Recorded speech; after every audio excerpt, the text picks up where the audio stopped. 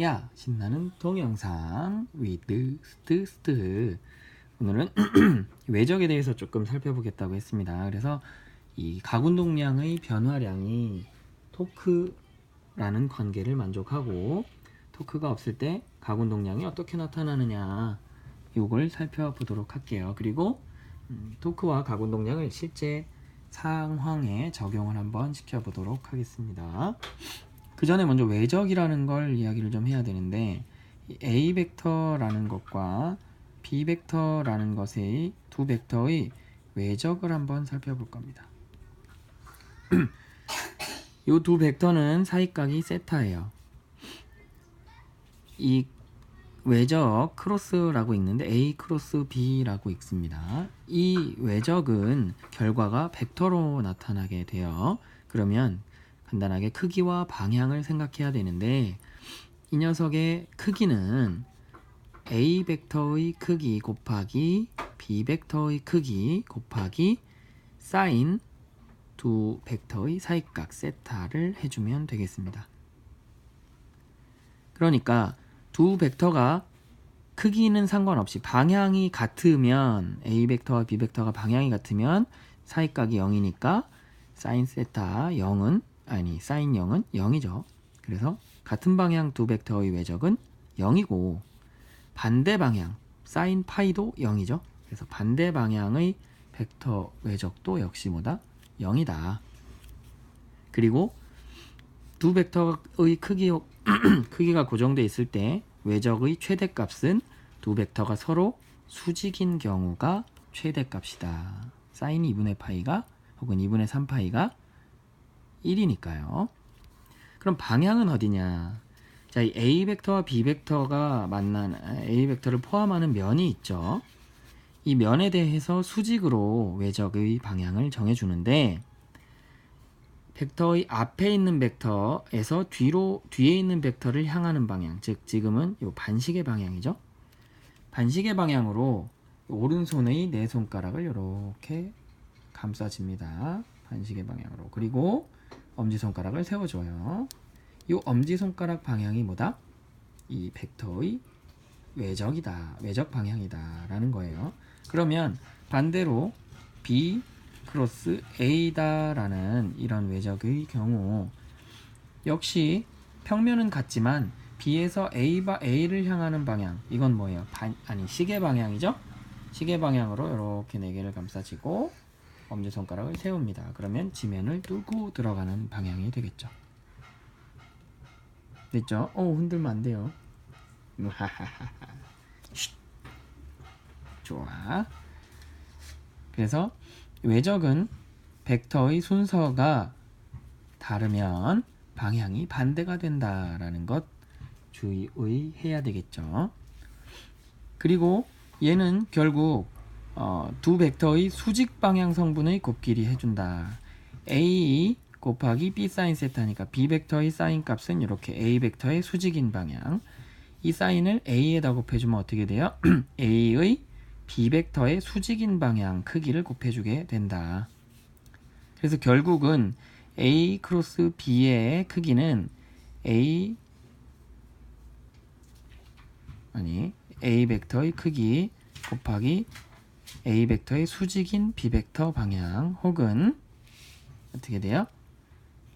B 벡터의 수직인 A 벡터 크기 곱하기 B 벡터 이렇게 되겠다라는 겁니다.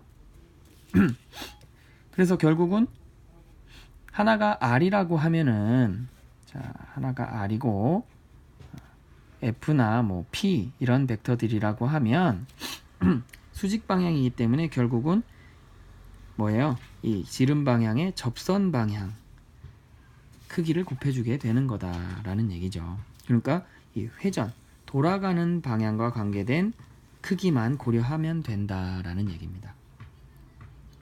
그래서 L을 우리가 R 크로스 P다 이렇게 정의를 했죠. 그러면 얘를 미분으로 한번 해보겠습니다. DT분의 DL 하면 DT분의 DR 크로스 P고 각각에 대해서 미분을 해보면 dt분의 dr 크로스 p 합성함수의 미분이 그렇죠. r 크로스 dt분의 dp 하면 dt분의 dr이 v잖아요. 그리고 p는 mv죠. 오, 둘이 같은 방향입니다. 나란한 방향이에요. 그러면 이 값은 없어지고 결국 r 크로스 dt분의 dp인데 얘는 뭐예요? 힘이죠. F가 됩니다. 어우, 요거 지름과 힘의 곱 그리고 회전하는 방향 성분 간의 곱만 됐습니다. 그럼 어떻게 돼요? 얘가 토크다라는 거죠. 오, 각운동량의 변화량이 토크로 제대로 나왔습니다. 그 말은 물체 혹은 물체계에 작용하는 토크, 외부의 토크를 모두 합친 값이 0이라면 어떻게 되는 거예요? 델타 L, L의 변화량이 얼마다? 0이다 라는 얘기입니다.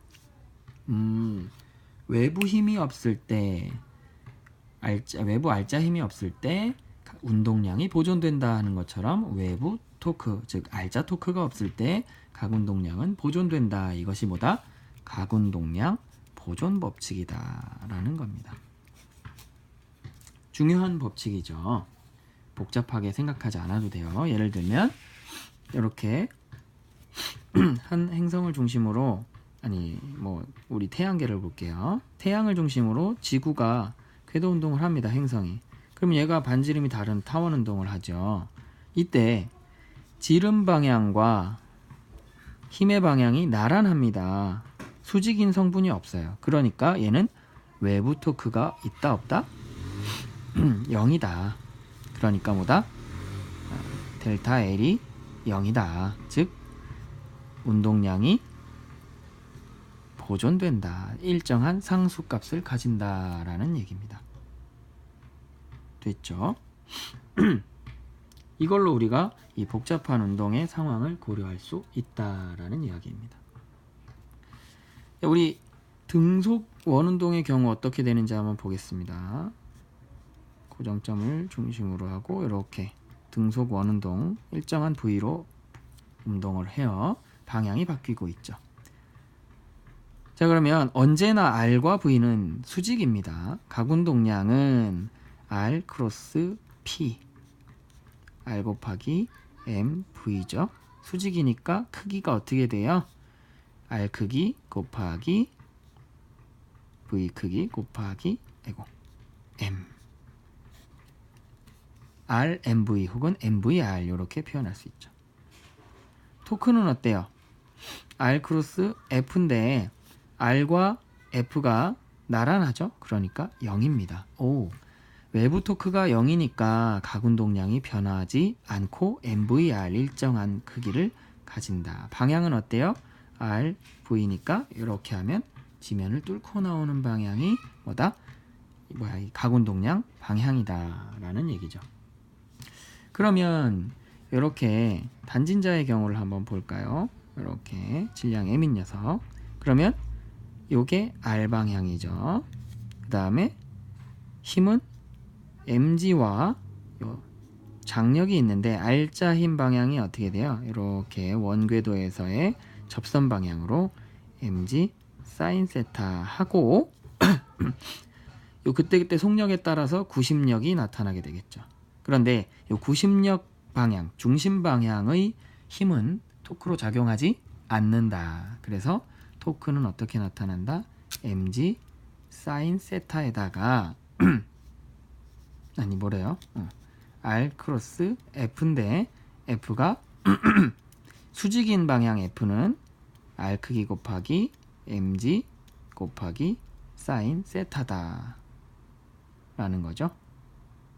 그런데 R 크로스 F 그럼 어떻게 돼요? 이렇게 하니까 지면을 뚫고 들어가는 방향이죠.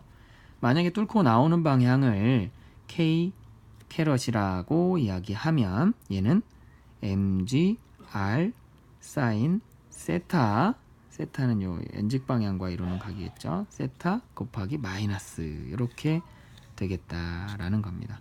그럼 요거에 따라서 뭐가 돼요? 각운동량의 변화량이 나타나겠죠. 변화율이 나타나겠죠. 이렇게 생각해 볼 수 있겠습니다. 혹은 이렇게 생긴 물체 개가 있을 때 힘 F가 이렇게 작용합니다. 반지름 R인 지점에. 그러면 여기 작용하는 토크는 어떻게 돼요? R 크기 곱하기 F 크기. 그리고 둘이 수직 방향이니까 이렇게 RF가 뭐다? 토크의 크기가 된다. 라는 거죠. 이렇게 중간으로 작용하게 되면 어떻게 돼요? 여기 스몰 r이라고 하면 스몰 r 곱하기 F가 뭐다? 토크가 된다. 그래서 반지름 그리고 회전축의 중심 이런 게 달라지면 뭐야? 회전 운동에서는 값들이 달라지게 된다라는 이야기고요. 요 가운동량 보존 가서 잠시 다시 이야기해 보면 이 태양계를 요 궤도면에 대해서 수직인 이 축을 잡아 보면 얘는 토크가 0이에요. 가운동량이 보존됩니다. 그런데 얘랑 평행인 다른 축을 잡아 보면 어떻게 돼요? 그렇죠. 요게 R이고 힘은 이렇게 나타나죠? 그러니까 둘이 수직 방향 성분이 있어요. 그러니까 이 회전축에 대해서는 뭐예요? 가운동량이 보존되지 않는 거죠. 그렇죠? 그런 부분들을 주의해 줘야 돼요. 그래서 다음번에는 요 회전 운동에서 주의해야 할 점들을 좀 살펴보도록 하겠습니다. 정리해 보면 외적은 두 벡터의 외적은 두 벡터 크기 곱하기 사인 세타 사이각으로 크기를 구하고 방향은 첫 번째 벡터에서 두 번째 벡터를 감싸는 방향에서 엄지손가락을 세운 방향이다. 그래서 순서가 달라지면 부호가 바뀐다. 라는 거고 가운동량을 미분했을 때 가운동량의 변화량이 결국은 토크로 나타나고 외부 토크가 없을 때는 뭐다? 가운동량이 보존된다.